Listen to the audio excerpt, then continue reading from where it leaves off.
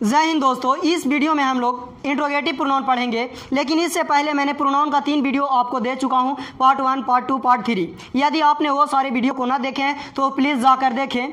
और हाँ, यदि आपने मेरे चैनल को सब्सक्राइब नहीं किए हो तो चैनल सब्सक्राइब कर बेल आइकन को प्रेस कर लें।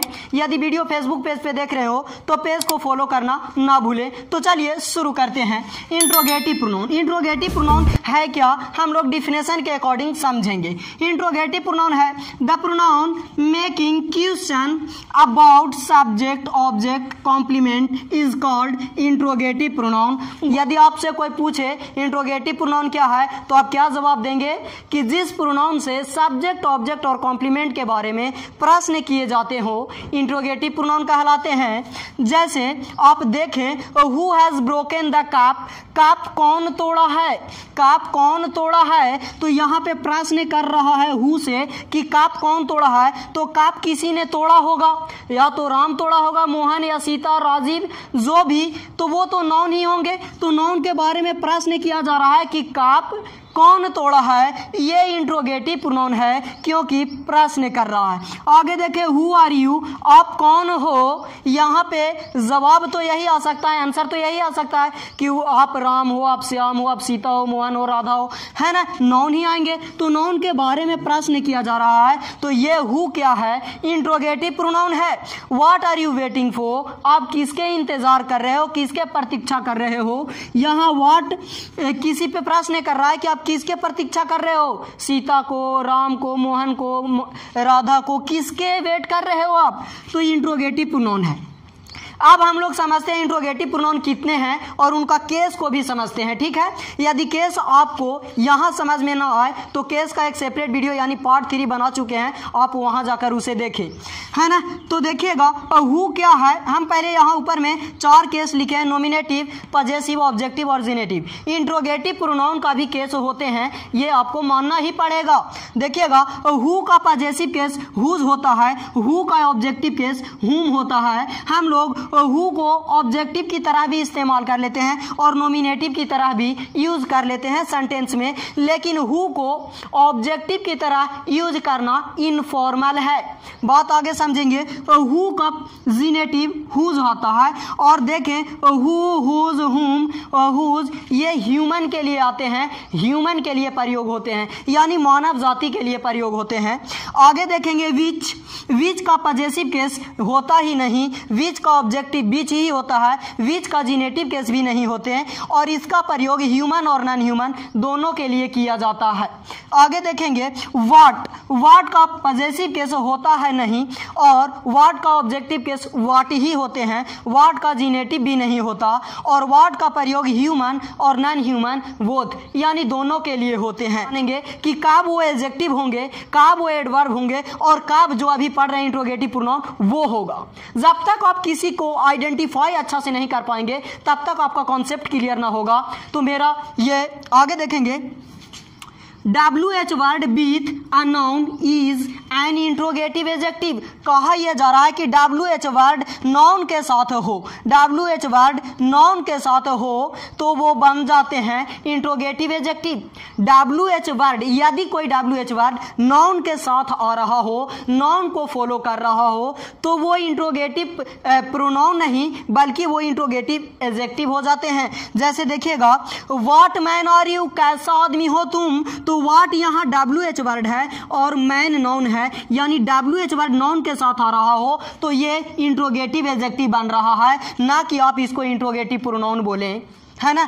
Which book do you like, किस किताब को आप पसंद करते हो, तो विच WH वर्ड है और WH वर्ड बुक यानी नाउन के साथ आ रहा है, तो जब कोई WH वर्ड नाउन के साथ आती हो तो वो इंट्रोगेटिव एडजेक्टिव होते हैं। WH word making question about manner, place, time, quality, manner, place, time, quality etcetera are called interrogative adverb. यदि WH word manner, place, time, quality ये सब पे प्रश्न करती हो तो उस समय ये WH वर्ड क्या होंगे, इंट्रोगेटिव एडवर्ब होंगे, इंट्रोगेटिव एडवर्ब होंगे। और जब नाउन और प्रोनाउन के साथ आए तो उस समय ये WH वर्ड इंट्रोगेटिव एडजेक्टिव होंगे, और जब सब्जेक्ट, ऑब्जेक्ट और कॉम्प्लीमेंट पे प्रश्न करती हो उस समय WH word interrogative interrogative pronoun होंगे।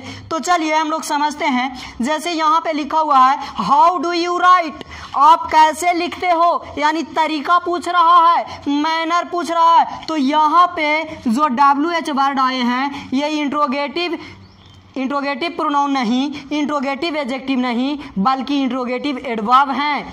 आगे देखेंगे वेयर इज ही, वह कहाँ है। यहाँ पे WH वर्ड प्लेस से रिलेटेड, जगह से रिलेटेड प्रश्न कर रहे हैं, तो ये इंट्रोगेटिव एडवर्ब है। व्हेन विल यू गो, आप कब जाओगे। व्हेन विल यू गो, आप कब जाओगे। यहाँ पे व्हेन टाइम के बारे में प्रश्न कर रहा है, तो ये इंट्रोगेटिव एडवर्ब है, इंट्रोगेटिव एडजेक्टिव नहीं, इंट्रोगेटिव प्रोनाउन नहीं, बल्कि इंट्रोगेटिव एडवर्ब है। आगे देखिएगा हाउ टॉल आर यू, आप कितने लंबे हो, ये क्वालिटी पूछा जा रहा है, क्वालिटी। तो यहाँ पे हाउ इंट्रोगेटिव एडवर्ब है, ना कि इंट्रोगेटिव प्रोनाउन है और इंट्रोगेटिव एडजेक्टिव है।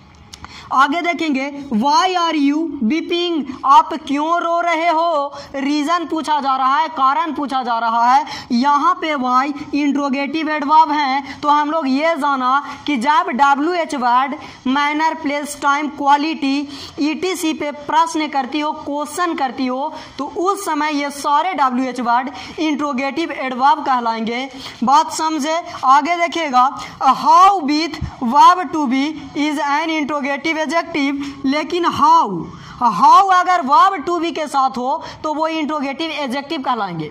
इंट्रोगेटिव एडजेक्टिव कहलाने के लिए नाउन के साथ WH वर्ड को आना पड़ता था, लेकिन नहीं, अगर हाउ वर्ब टू बी के साथ आ जाए तो उस समय ये हाउ है इंट्रोगेटिव एडजेक्टिव है। बात समझे। हाउ एक ऐसा वर्ड है जो बिना नाउन के भी एडजेक्टिव बन जाते हैं, और भी जितने भी WH वर्ड हैं वो नाउन के साथ आएंगे तभी इंट्रोगेटिव एडजेक्टिव कहलाएंगे, लेकिन हाउ वर्ब टू बी के साथ आकर के इंट्रोगेटिव एडजेक्टिव बन जाते हैं। जैसे में यहाँ देखें हाउ आर यू, आप कैसे हो, आई एम फाइन, मैं ठीक हूँ, ठीक एडजेक्टिव है, यानी कि एडजेक्टिव पे प्रश्न कर रहा है तो इंट्रोगेटिव एडजेक्टिव है। बात को यहाँ तक समझ गए आप। How to know the cases of WH word, WH word के केसेस को कैसे जानेंगे कि ये जो WH वर्ड इस सेंटेंस में आया है इसका कौन सा केस है, नॉमिनेटिव है, ऑब्जेक्टिव है, पजेसिव है या जीनेटिव है।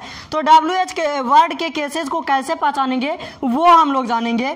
देखें whose plus noun possessive case, यदि हुज नाउन के साथ आती हो तो वहां पे हुज का कौन केस है, पजेसिव केस है, पजेसिव केस है। बात समझे। हुज अगर नाउन के साथ आती हो पजेसिव केस। आगे देखिएगा जैसे whose house is it, whose house is it, यह किसका घर है, यह किसका घर है। आगे देखेंगे हुज प्लस वर्ब जीनेटिव, यदि हुज वर्ब के साथ आता हो तो इसका केस क्या है, जीनेटिव। यदि हुज वर्ब के साथ आता हो तो इसका केस जीनेटिव है, यानी हुज इज दिस हाउस, यहाँ पे हुज वर्ब के साथ आया हुआ है तो ये हुज जीनेटिव केस है, जीनेटिव केस है।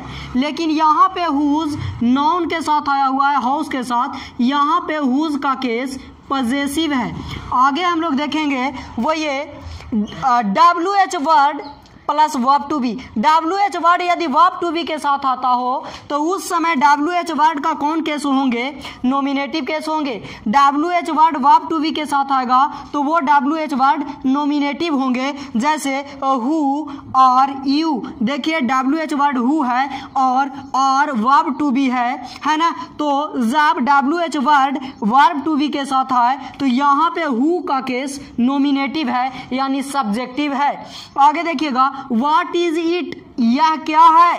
तो यहाँ पे व्हाट देखें, व्हाट के बाद वर्ब टू बी है तो यहाँ पे व्हाट का जो केस है वो नॉमिनेटिव केस है, यानी सब्जेक्टिव केस है। आगे देखेंगे तो बात को समझे। WH वर्ड अगर वर्ब टू बी के साथ आती हो तो उस समय WH वर्ड का केस नॉमिनेटिव होंगे, यानी सब्जेक्टिव होंगे।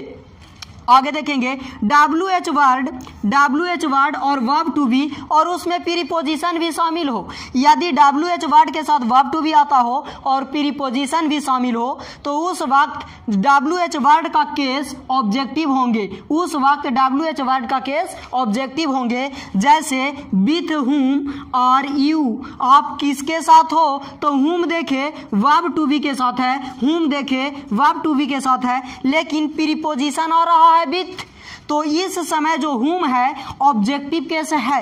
आगे देखिएगा what is it about, what is it about, या किसके बारे में है, तो व्हाट यहाँ पे देखे वर्ब टू बी के साथ है, लेकिन इसमें प्रीपोजिशन अबाउट भी शामिल हो है, तो यहाँ पे व्हाट का केस नॉमिनेटिव है नहीं, ऑब्जेक्टिव है। यहाँ पे व्हाट का कौन केस है, ऑब्जेक्टिव केस है, क्योंकि WH वर्ड यदि वर्ब टू बी के साथ आए और वर्ब टू बी में प्रीपोजिशन और इस सेंटेंस में प्रीपोजिशन भी शामिल हो तो उस समय WH वर्ड का केस ऑब्जेक्टिव ही होते हैं। आगे देखेंगे WH वर्ड और हेल्पिंग वर्ब आती हो और हेल्पिंग वर्ब के बाद मेन वर्ब आती हो, WH वर्ड के बाद मेन हेल्पिंग वर्ब और हेल्पिंग वर्ब के बाद यदि मेन वर्ब आती हो तो उस समय ये जो WH वर्ड का केस है वो नॉमिनेटिव है यानी सब्जेक्टिव है। WH वर्ड के बाद हेल्पिंग वर्ब और हेल्पिंग वर्ब के बाद मेन वर्ब आती हो तो उस समय WH वर्ड का केस नॉमिनेटिव होंगे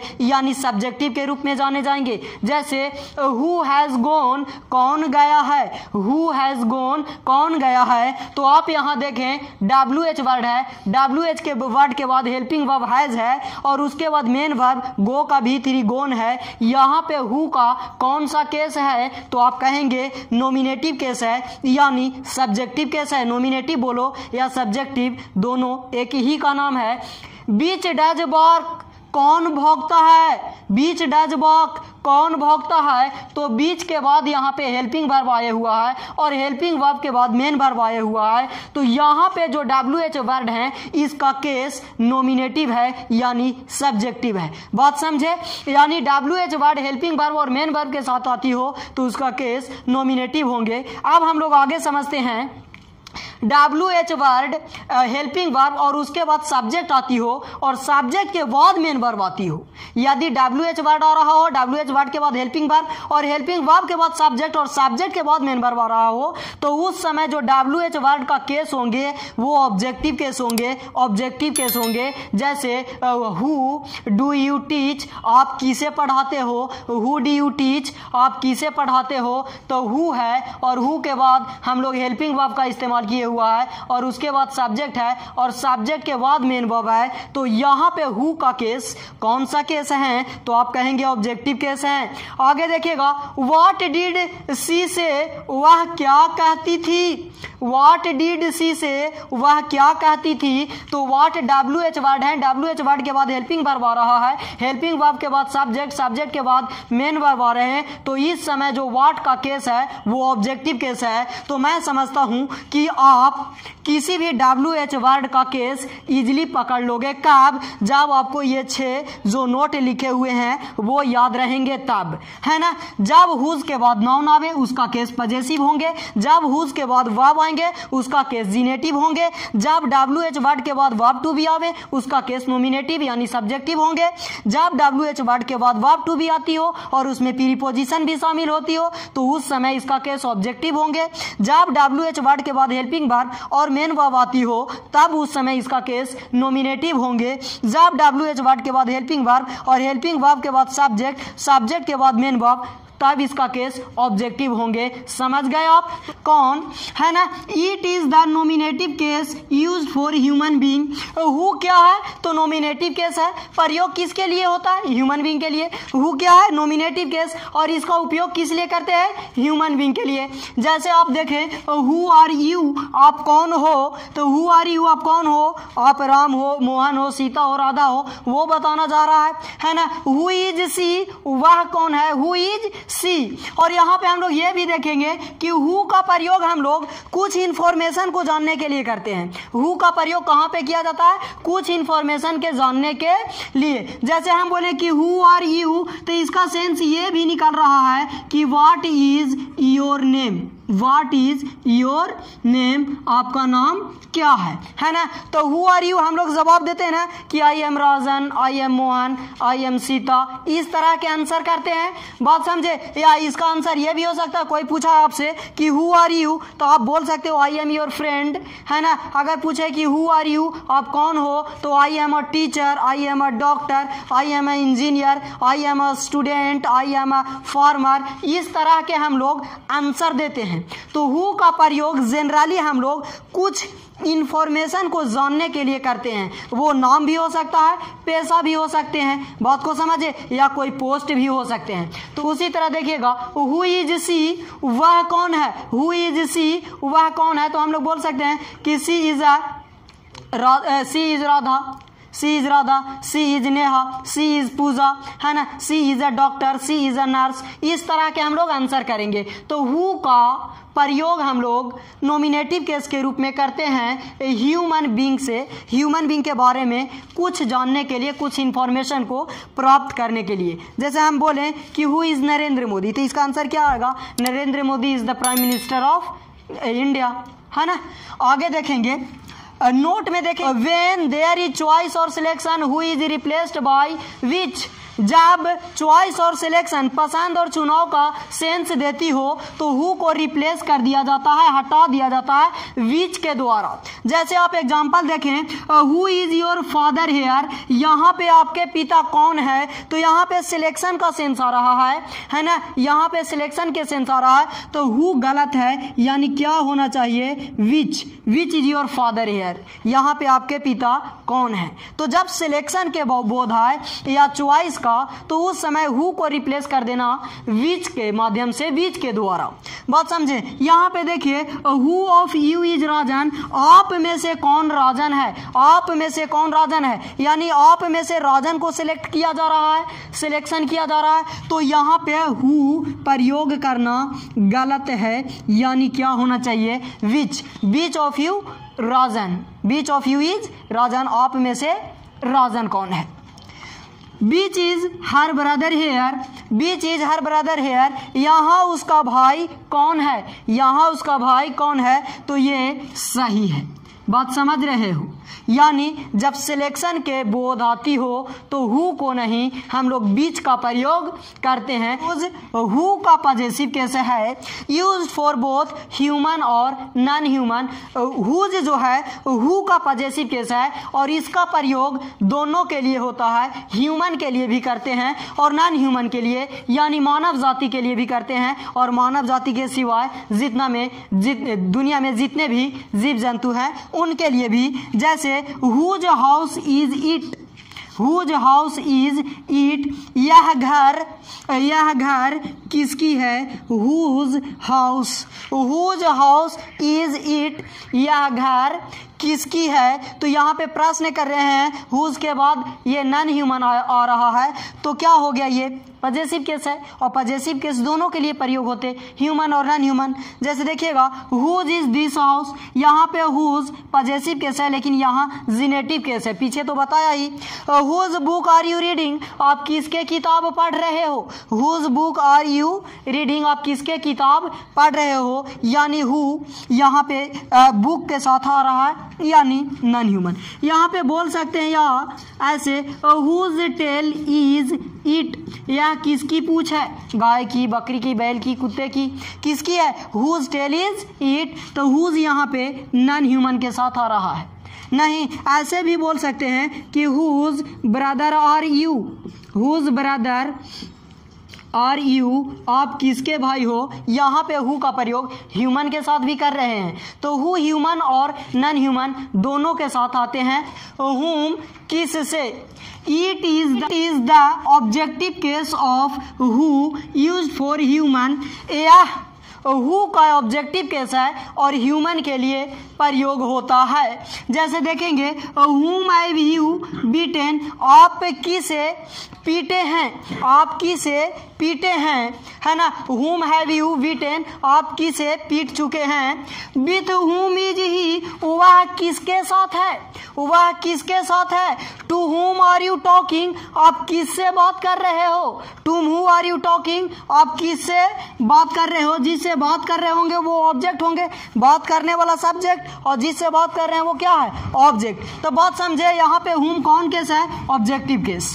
जरा देखेंगे इसका नोट आता है, when the object is not clear, जब ऑब्जेक्ट स्पष्ट नहीं हो, जब ऑब्जेक्ट स्पष्ट नहीं हो, वेदर ह्यूमन और नॉन ह्यूमन, कि वह ह्यूमन है कि नॉन ह्यूमन। जब ऑब्जेक्ट क्लियर ना हो कि ह्यूमन है कि नॉन ह्यूमन, whom और who is replaced by which, by what. बोला जा रहा है कि जब ऑब्जेक्ट क्लियर ना हो कि ह्यूमन है कि नॉन ह्यूमन, तो हम लोग हु या हुम को वहां से रिप्लेस कर सकते हैं व्हाट के द्वारा। यहाँ पे क्या बोले, जब ऑब्जेक्ट क्लियर ना हो कि ह्यूमन है कि नॉन ह्यूमन, उस समय हुम या हु को रिप्लेस कर देंगे, यानी हटा देंगे। किसके माध्यम से, तो आप कहेंगे व्हाट के माध्यम से। जैसे लिखा हुआ है, फॉर हुम आर यू वेटिंग, आप किसके प्रतीक्षा कर रहे हो, आप किसके इंतजार कर रहे हो। तो यहाँ तो क्लियर नहीं है कि यहाँ पे आदमी के इंतजार किया जा रहा है या किसी चीज का, है ना, ह्यूमन का इंतजार वेट किया जा रहा है या नॉन ह्यूमन का। तो जब क्लियर ना रहे कि ऑब्जेक्ट ह्यूमन है कि नॉन ह्यूमन, तो हम लोग हुम को रिप्लेस कर देंगे क्या के द्वारा, व्हाट के द्वारा। तो ये जो सेंटेंस ऊपर में लिखा हुआ है गलत है। कौन सेंटेंस सही होगा, ये सही होगा, what are you waiting for, what are you waiting for. आगे देखिएगा, at whom is he laughing, at whom is he laughing, वह किस पर हंस रहा है, वह किस पर हंस रहा है। तो किस पे हंस रहा, हो सकता है किसी वस्तु पे हंस रहा होगा, हो सकता है किसी व्यक्ति पे हंस रहा होगा। यहाँ तो ऑब्जेक्ट क्लियर है नहीं, यहाँ तो ऑब्जेक्ट स्पष्ट है नहीं, और जब ऑब्जेक्ट स्पष्ट ना हो तो हुम और हु को व्हाट से रिप्लेस कर देते हैं। यहाँ पे क्या होगा, व्हाट इज ही लाफिंग, यानी ये सेंटेंस सही है और ये मेरा सेंटेंस गलत है। बात को समझ रहे हैं। यदि हुम और हु आ जाए और पता ना चलता हो कि इसका ऑब्जेक्ट क्या है, ह्यूमन की नॉन ह्यूमन, तो हम लोग हु और हुम को रिप्लेस कर देंगे व्हाट के माध्यम से। Whom and when take their preposition at the front, whom और व्हेन अपना प्रीपोजिशन अपने पहले लेते हैं। जरा देखिएगा, to whom are you talking, आप किससे बात कर रहे हैं। तो देखेंगे यहाँ हुम है और हुम अपना प्रीपोजिशन पहले लिया है।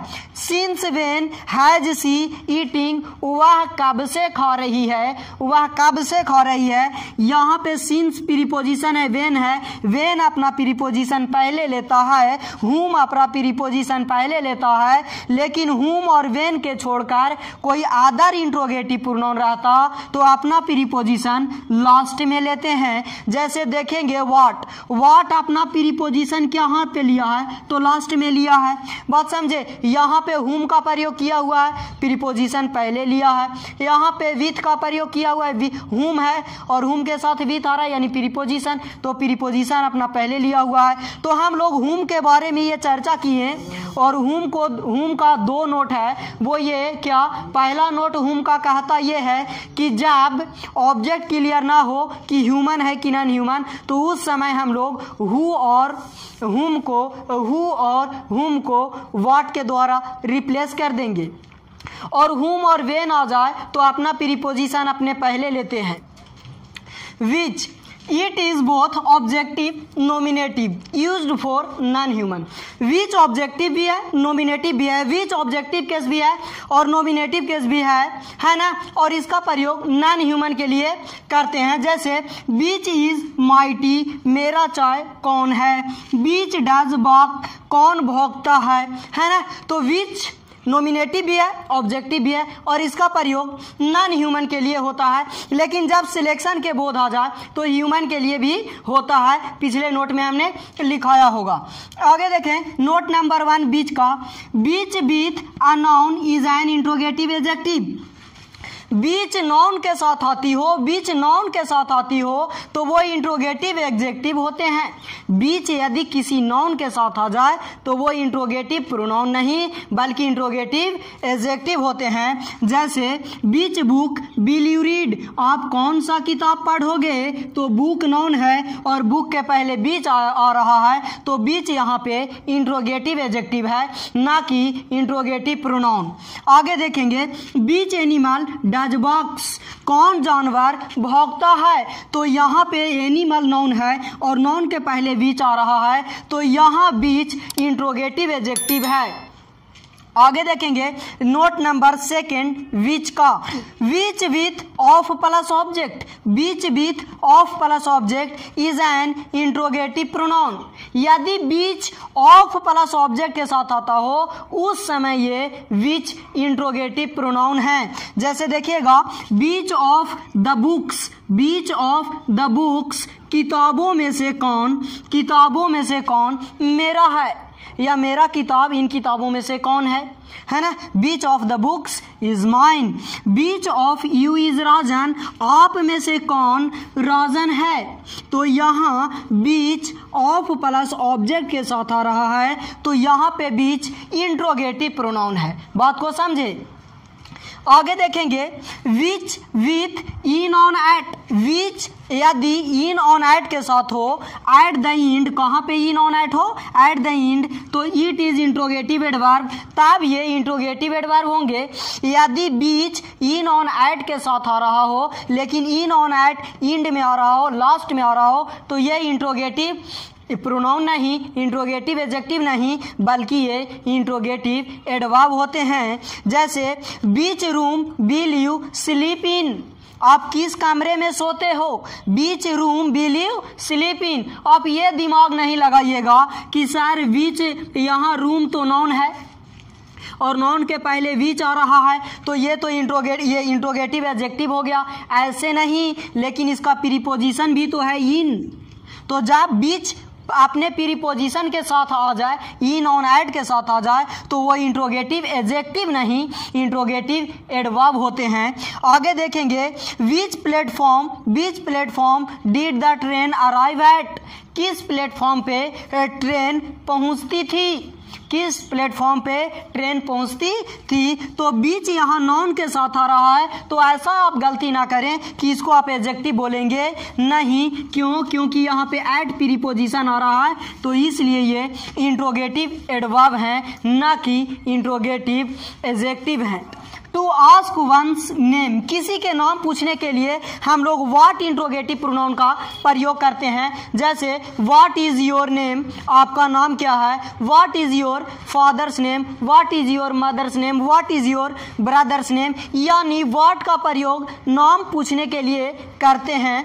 दूसरा देखेंगे टू आस्क वंस कलर और कॉम्प्लेक्शन, किसी का रंग और कॉम्प्लेक्शन पूछने के लिए भी हम लोग व्हाट का प्रयोग करते हैं। कलर, जब किसी वस्तु का रंग पूछना हो तो कलर का प्रयोग करेंगे, लेकिन जब किसी व्यक्ति, जब किसी मानव का रंग पूछना हो तो वहां कलर प्रयोग करना गलत है। क्या प्रयोग करना होगा? कॉम्प्लेक्शन। जैसे what colour is your car, आपकी कार की रंग कैसी है या आपकी कार कौन सी रंग की है ना। What complexion is your brother, आपका भाई का रंग क्या है ना। ऐसे ना पूछेगा what colour is your brother, तो वैसे गलत होगा। आदमी के लिए हम लोग कॉम्प्लेक्शन का प्रयोग करते हैं, यानी ह्यूमन के लिए कॉम्प्लेक्शन का प्रयोग करते हैं। टू आस्क, देखिएगा व्हाट का प्रयोग और कहाँ करते हैं। To ask time, date, year, month, day, season, etc है ना। डेट, मंथ, ईयर को पूछने के लिए भी हम लोग व्हाट का प्रयोग करते हैं। जैसे यहाँ पे देखें व्हाट डे इज इट,